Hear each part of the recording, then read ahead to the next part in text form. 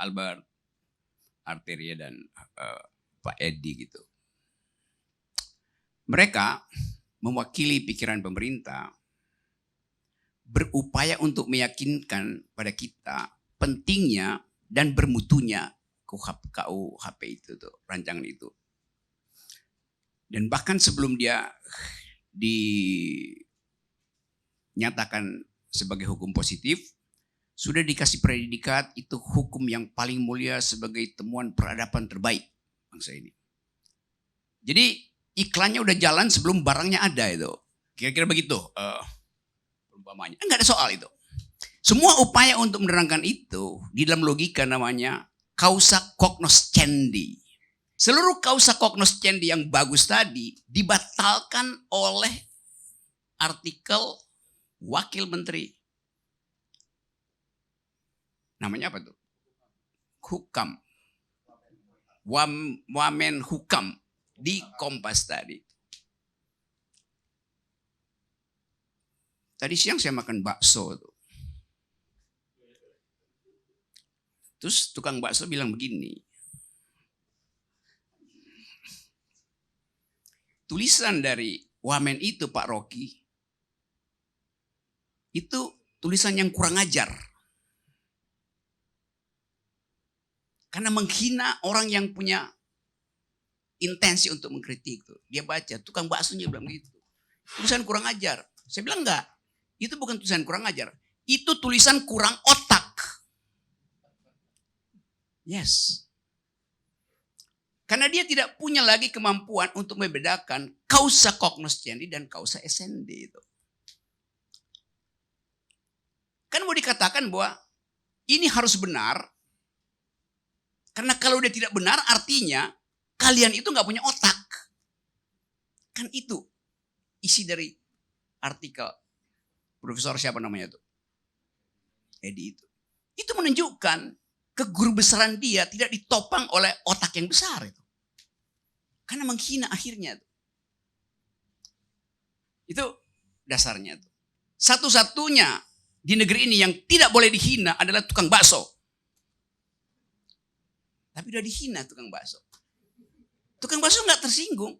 Karena dia tahu bahwa yang dihina itu profesi dia sebagai tukang bakso. Bukan nama orang itu.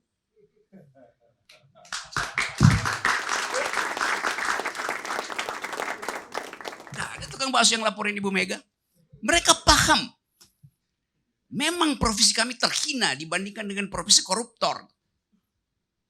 Dia nggak tersinggung. Dia punya otak. Dia bisa bedain antara profesi dan disebut tadi dignity itu. Saya terangkan apa istilah dignity. Bahasa Inggrisnya self-respect. Pada siapa dignity itu ada? Pada manusia konkret.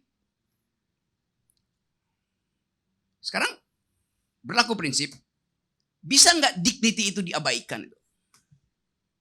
Hukum hak asasi bilang nggak bisa diabaikan karena dia melekat seumur hidup. Built in di dalam dignity itu adalah segala macam hak yang diberikan oleh alam itu. Apalagi hak berpikir. Itu dasarnya. Tetapi dalam praktek dia bisa diabaikan. Oleh apa? Oleh kekuasaan. Hanya kekuasaan yang mampu mengabaikan human dignity. Hanya kekuasaan. Jadi yang mesti dilindungi siapa? Ya human dignity-nya dilindungi dari kekuasaan yang mampu untuk memporak-porandakan fasilitas yang diberikan oleh alam. Kekuasaan tertinggi siapa? Presiden. Jadi tidak mungkin kita ubah bahwa rakyat kecil itu akan menghina presiden. Gak mungkin. Secara logis gak mungkin. Karena rakyat itulah yang harusnya dilindungi dari potensi presiden untuk menghina human dignity itu. Tadi soal moral ketimuran itu. Kemarin saya ada di Sulawesi Selatan, di Makassar. Bertemu dengan komunitas intelektual yang baru melakukan riset. Peneliti bilang ke saya, Pak Rocky mesti datang ke satu desa, Bulukumba apa itu. Di mana ada hukum adat yang bunyinya begini. Setiap orang yang memotong satu pohon didenda 45 juta. 45 juta. Ukuran dia punya mata uang sendiri. Yang kalau dikurskan hari ini 45 juta tuh. Mungkin kalau dikurskan ke dolar nggak ada harganya lagi, kan rupiah sekarang udah nggak ada harganya tuh. Jadi prinsipnya adalah, Anda bayangkan, logikanya dia bagus untuk melindungi habitat itu. Dikasih penalti yang tinggi. Fine-nya tinggi sekali itu, 45 juta. Yang nggak masuk akal, orang desa situ nggak punya uang 45 juta. Tapi itulah yang kita sebut sebagai ukuran etis dari masyarakat di situ. Sekarang coba kalau kita pakai wisdom ini, local wisdom dari timur ini, kita terapkan di IKN. Berapa banyak Presiden Jokowi akan didenda karena merambah hutan? Pakai aja, itu ketimuran, hukum ketimuran. Kita mesti ambil konsekuensi itu. Raja Bima itu begitu terpilih, dia diarak ke pasar, tengah pasar, dicaci maki itu. Raja dicaci maki, bangsat, bodoh. Itu adat ketimuran. Kenapa itu yang nggak diambil? Kausa SND. Paham nggak wamen itu? Atau para konsultan hukum kita? Kalau mau sok pakai adat ketimuran. Bima, Sulawesi Selatan. Setahun yang lalu, saya ada di Bau-Bau. Robuton. Di situ ada kerajaan yang berbasis kesultanan. Saya ngobrol dengan mereka di situ. Dia terangkan begini, saya tanya, jadi diwariskan kesultanan itu. Begini Pak Rocky. Kira-kira tahun 1500, Sultan di tahun itu memutuskan mulai periode ini Sultan harus dipilih. Ada KPU-nya dibikin itu. Dipilih.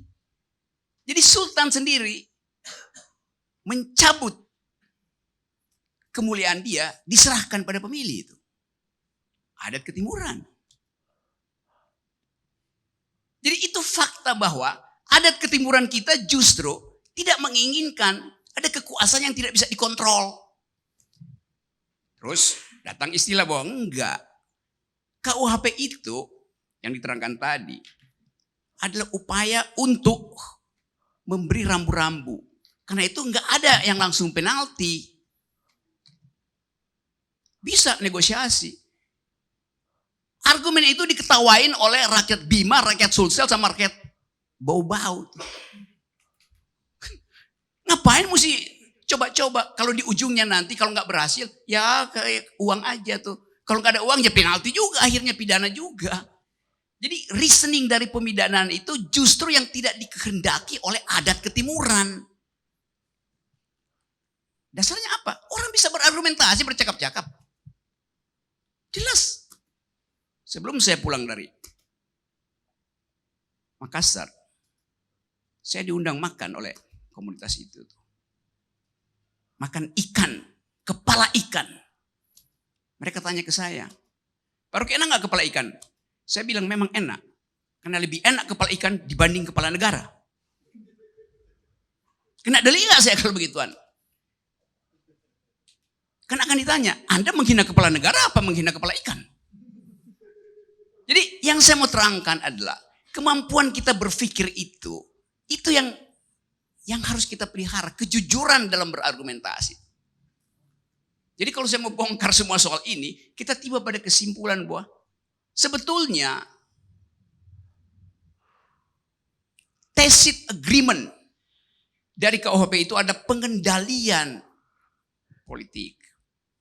Tapi nanti ada istilah lagi, karena memang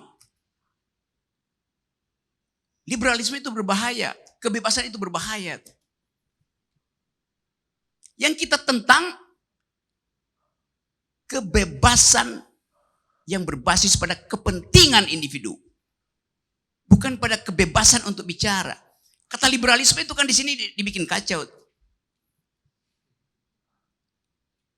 Jangan halangi kebebasan individu. Yang boleh kita halangi kepentingan individu yang basisnya adalah oligarki. Itu dalilnya. Jadi ILC malam ini kita pakai aja sebagai tempat untuk merefleksikan pikiran. Di ujungnya tadi Pak Edi juga mengatakan bahwa toh kalau pidana itu dibuat delik aduan, presiden akan mikir-mikir, kan nanti dia malu kalau dia ternyata ditolak. Oh, itu asumsinya kalau presiden punya pikiran. Terima kasih.